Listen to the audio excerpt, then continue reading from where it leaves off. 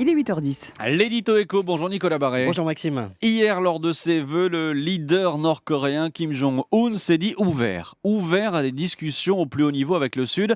Alors au-delà du théâtre politique nord-coréen, cette réunification, Nicolas, on n'y est pas encore, mais Non. ce chemin vers la réunification obéit à une forte logique économique. Oui, parce qu'il faut bien voir qu'autour du leader Kim Jong-un, la petite élite de privilégiés du régime finalement rêve de vivre comme leurs cousins du Sud ou leurs frères chinois, de consommer, d'avoir des belles voitures, d'avoir des smartphones, de jouer aux jeux vidéo, en tout cas autres que les jeux inventés par le régime. Il y en a un qui s'appelle le Jeune Général, vous voyez, c'est tout un programme.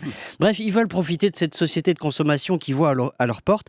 Et d'ailleurs, l'exemple vient d'en haut, puisque la famille de Kim Jong-un, c'est plutôt une famille de m'as-tu vu. Vous savez, il y a quelques années, je résiste pas au plaisir de raconter cette anecdote, le frère de Kim Jong-un avait été arrêté à Narita, à l'aéroport de Tokyo, tout simplement avec des faux papiers, par la police japonaise, tout simplement parce qu'il voulait aller visiter le Tokyo Disneyland. Vous vous rendez compte? Donc voilà, ils sont fascinés par cette société occidentale, ces paillettes, et ça compte, mine de rien, dans la volonté du régime d'évoluer. Cette élite nord-coréenne rêve d'autre chose, en fait. Mais la réunification, ça signifierait la fin du régime. Ah ben exactement. Et donc, en même temps, le régime voit bien à quel point aussi il est pris en tenaille entre la Chine et la Corée du Sud, qui se sont terriblement développées depuis 20 ans. Il faut savoir, les relations diplomatiques entre les deux pays, entre Chine et Corée du Sud, ça date de 92.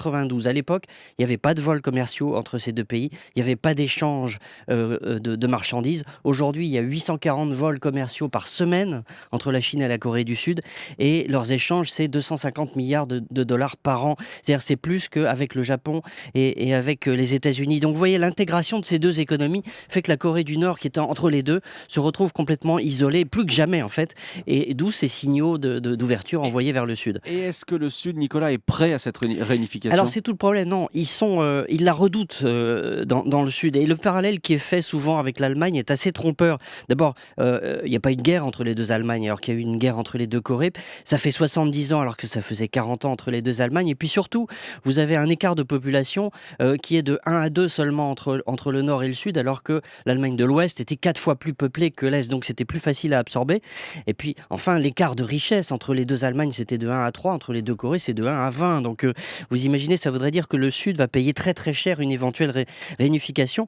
Le scénario le plus probable, c'est une réunification à petits pas, à moins d'un effondrement brutal du régime, ça c'est pas exclu.